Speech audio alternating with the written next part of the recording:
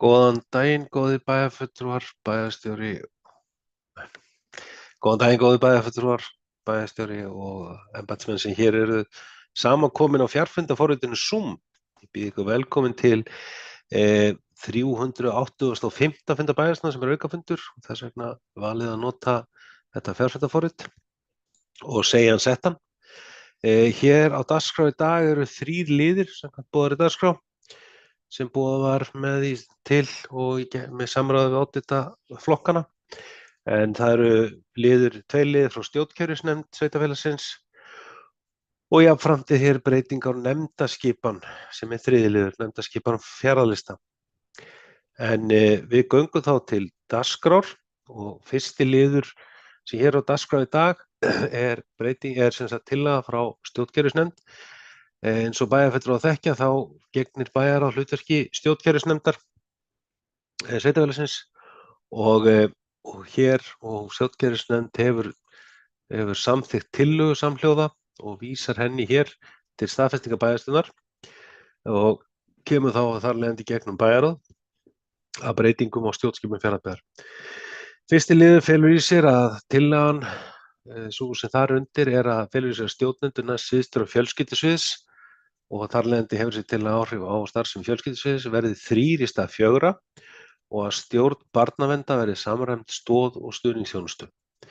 Með breytingunni eins og kemur fram er verið að nýta betur samlegð sem felst í samnýtingu starfsfólks félagsþjónustunnar og þessar breytingar eiga að taka gildi frá 1. nóvember næstkomandi. Orðið er laust þessa tillögu. Vill einhver þessi ljós? Svo virðist ekki vera. Ég ber hann upp til samþykkt þess að hann samþykkja með skeiðmerki. Hún er samþykkt samhljóða með 9 atkvæðum.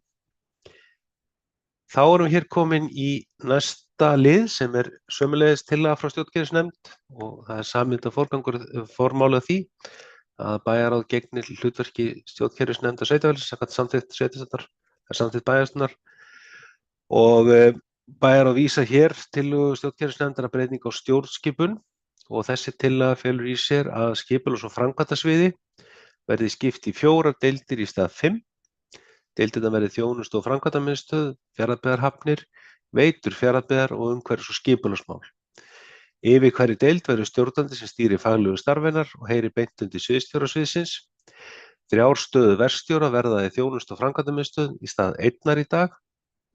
Fasteignaumsýsla og viðhald færist undir þjónustu- og framkvæmdamiðstöð. Með svo nánari útfærslum. Breytingar þessa taka gildi 1. janúar 2025 og orðið er laust þær. Vill einhver þessi ljós?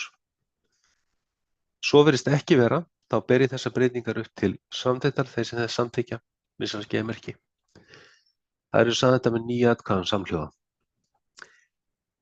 Þá erum við komin í 3. lið þessa fundar sem er breyting á nefndaskipan í Fjarðabyggð á náttúrulega kennt við kjörtímabil 2026 en þetta er breyting á nefndaskipan fjarðalista sem tengist fjölskyldunefnd og hafnarstjórn. Eftirfarandi tillaga breytingar lögð fram að Stefán Þór Eysteinsson tekur sæti Birtu Sæmundsdóttur sem aðalmanns í fjölskyldunefnd og við það breytist jafnframt að Einar Hafþór Hreiðarsson tekur sæti Stefán Þór Eysteinsson sem aðalmanns í hafnarstjórn og Birta Sæmundsdóttir tekur sæti Einars sem varamanns. Hann var varamaður þar áður fyrir Stefán. Orðið laust þessa tillögu. Engin þessu ljós, ég ber hann eftir samþykktar þess að hann samþykkja með skeiðmerki. Samþykkt með 9 atkvæðum. Þá er dagskrá þessa aukafundar tæmd. Var nú fljót yfirfarið en hún er þar lendi tæmd og til næsta fundar er boðað sem er hefðbundin fundur í næstu viku, næsta fimmtudag, þann 15. nóvember. Mér skjátlast ekki mikið í tímatalningunni. Það sem gert er ráð fyrir fyrri umræðu fjárhagsáætlun en dagskrá hér í dag er tæmd. Ég þakka fundarmönnum